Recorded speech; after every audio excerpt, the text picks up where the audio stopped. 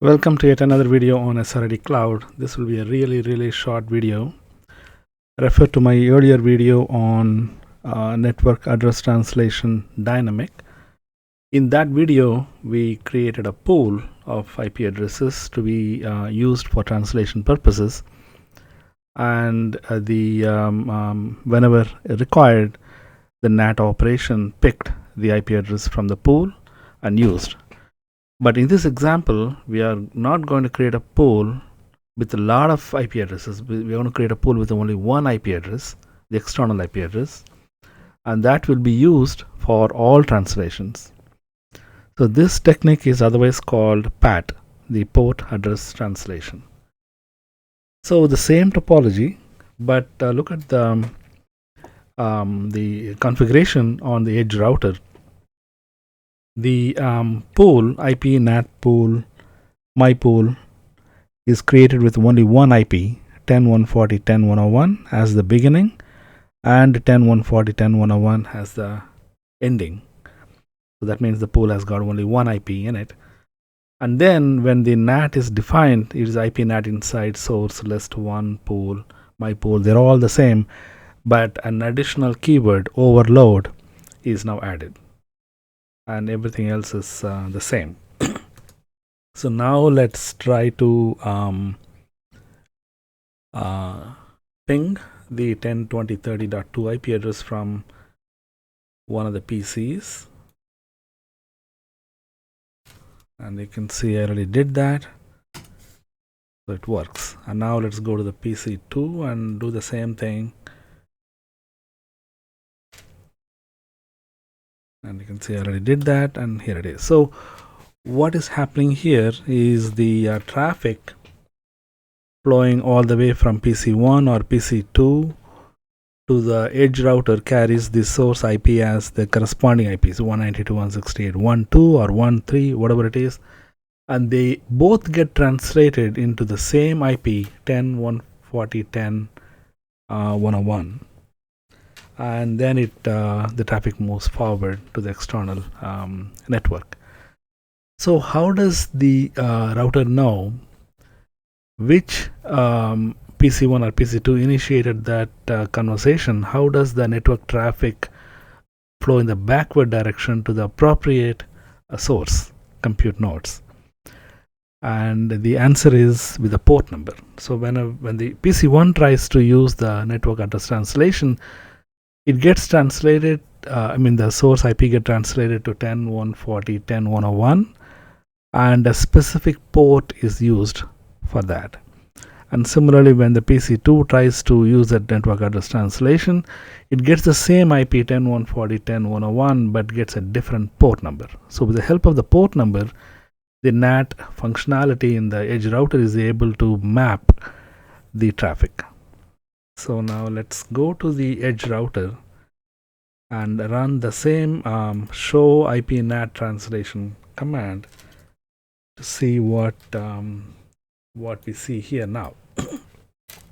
Remember, in the earlier videos we saw the output of show IP NAT translations showed one-to-one mapping, one internal IP and one outside IP. But here we will see something different. Let's try to ping the first one.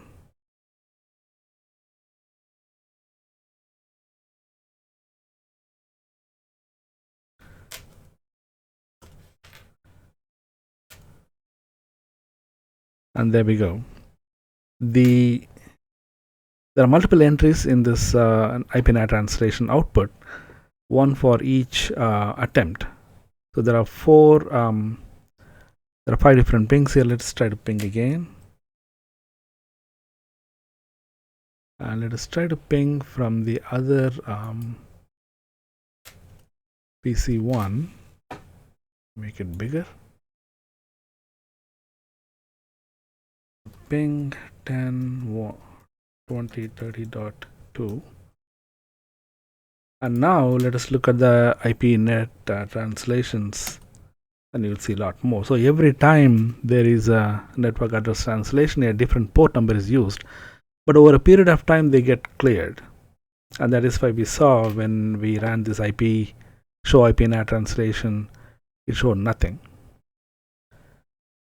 So if we wait further, we will probably see a lot more. Let me try one more time on both sides,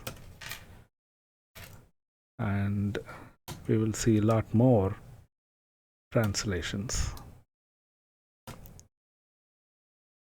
So this is called port address translation, and the purpose of this use case is to use only one IP.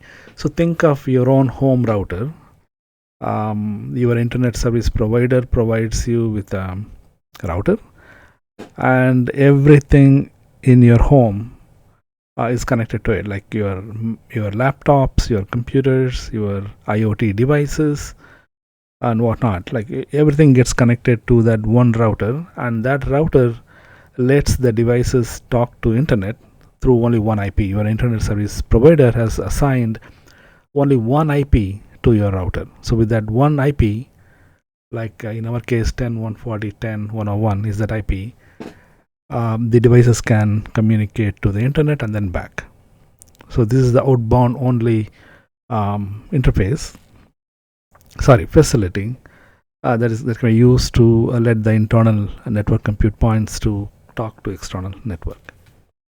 So there's one important aspect of this use case that you have to remember, that the reverse traffic cannot be initiated. You cannot initiate network traffic from outside into a specific compute endpoint in the inside network, because there is no dedicated IP address in this case. And that is the essence of this particular use case. By the way, you do not want anyone from outside of the network to talk or connect to your device directly.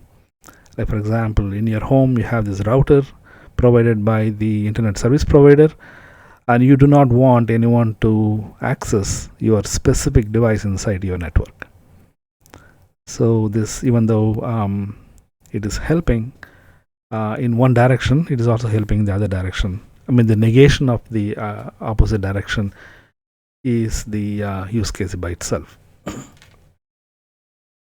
So I hope you enjoyed this video as well, which is very short, and I will produce a lot more videos soon with the VRFs on all these different static and dynamic and PAT network address translation use cases very soon. Have a wonderful evening, and bye for now.